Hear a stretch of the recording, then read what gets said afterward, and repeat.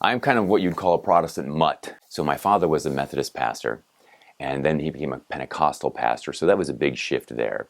Then there was a church split, as so often happens, and we ended up in the Bible church. Then they put me into a charismatic church after that, and then I went to a Calvinist high school while I was going to this charismatic church. Then off to Oral Roberts University. I graduated from a Swedish Covenant University. I've been in Assemblies of God. I've been in the Baptist church. I mean, you name it, and I have been there in some way, shape, or form. And really, this was kind of the impetus, I think, for my move into the church, because I got to this point where one night some friends and I were talking.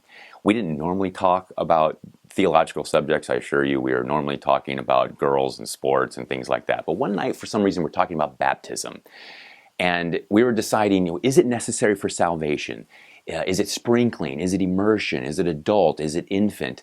And while we could quote some scriptures to back up our positions, it quickly became apparent that we didn't all agree with each other. And this finally dawned on me, a very slow wattage bulb because I'm kind of thick-headed. But I said, how in the world are we supposed to know who's right? Because there must be a right answer to this question. God is who He is. It doesn't matter what I believe about Him. So how do we know who's right, especially on a topic like this, which is so important? And someone said, well, we have the Holy Spirit to guide us. And I said, yeah, that's true. And you got Him, and you got Him, and you got Him, and you got Him, and you got Him, and I got Him, and we all disagree. So how do we know? And when I related this story to people, especially my Protestant friends over the years, there's this kind of fallback phrase that we use. We major in the majors and we minor in the minors. But really, when it comes to salvation and the things of Jesus Christ, I don't think there is anything minor. There's a right answer, and He wants us to find Him. So what is that truth to which I'm supposed to conform myself? That's what I had to ask myself. And so I went home and I started asking my father questions. And I think if I had gotten the answers that would have satisfied me at that point, I would have stopped, because frankly, Catholicism was the last thing on my mind at that point in time.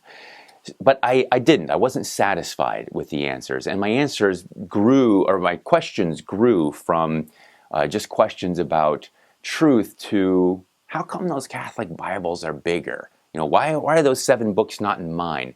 Because for me, in my upbringing, we went right from the book of Acts to the 1500s in the time of Martin Luther. And everything else in between was just kind of darkness.